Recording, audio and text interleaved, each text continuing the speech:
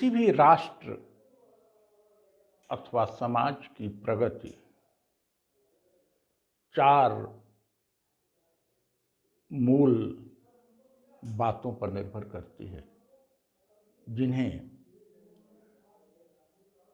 समाज के संचालन के स्तंभ माने जा सकते हैं।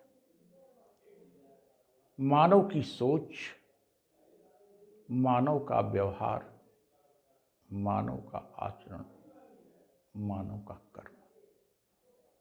ये चारों ही चीजें उस समाज की आधारशिला होती हैं। यदि मानवीय सोच उस समाज में मानव की सोच सकारात्मक है, प्रगतिशीलता लिए हुए है, मानव व्यवहार में प्यार और सद्भाव है, मानव आचरण में मूल्य हैं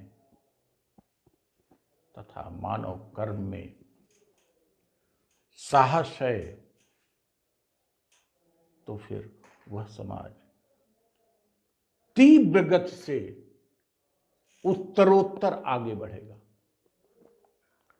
यदि इन सब का अभाव है, मानवीय सोच ही नकारात्मक हो गई, मानव व्यवहार में घृणा का वातावरण है, मानव आचरण में मूल्यहीनता है और मानवीय कर्म का संचालन ठीक से नहीं हो रहा है, उसका रेगुलेशन ठीक से नहीं हो रहा है, उसका नियंत्रण ठीक से नहीं हो रहा है, तो उस समाज में अराजकता की स्थिति आएगी, आर्थिक दिवालियापन आएगा, सामाजिक विद्वेष बढ़ेगा। बात उठती है, आखिर करना क्या चाहिए? मानवीय सोच, मानवीय व्यवहार और मानवीय आचरण को ठीक करने का सबसे प्रमुख साधन है मूल्य आधारित शिक्षा। परिवार में सद्भाव का वातावरण, बच्चे को प्यार, सबको सम्मान और मूल्य आधारित शिक्षा, और मानवीय कर्म को नियंत्रण करने, मानवीय कर्म को सही रेगुलेट करने का दायित्व सामाजिक व्यवस्था के साथ साथ राजनीतिक व्यवस्था पर है, क्योंकि यह लोकतंत्र है। लोकतंत्र में राजनीतिक व्यवस्था का निर्माण मानव करता है और राजनीतिक व्यवस्था ही मानवीय कर्म को संचालित करती है।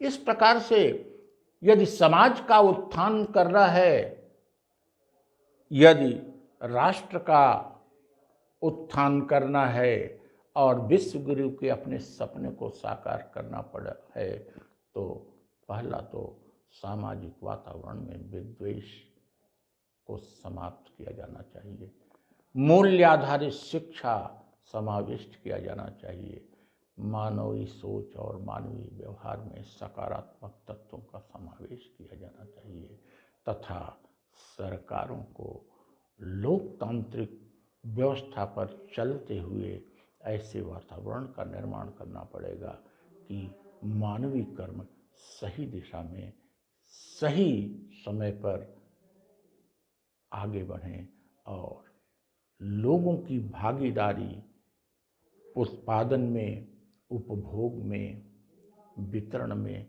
सब में लगभग समानता हो। इस प्रकार से सरकार का दायित्व है। यही है इंसानियत का तकाजा, यही है हमारा एजेंडा। जय इंसान।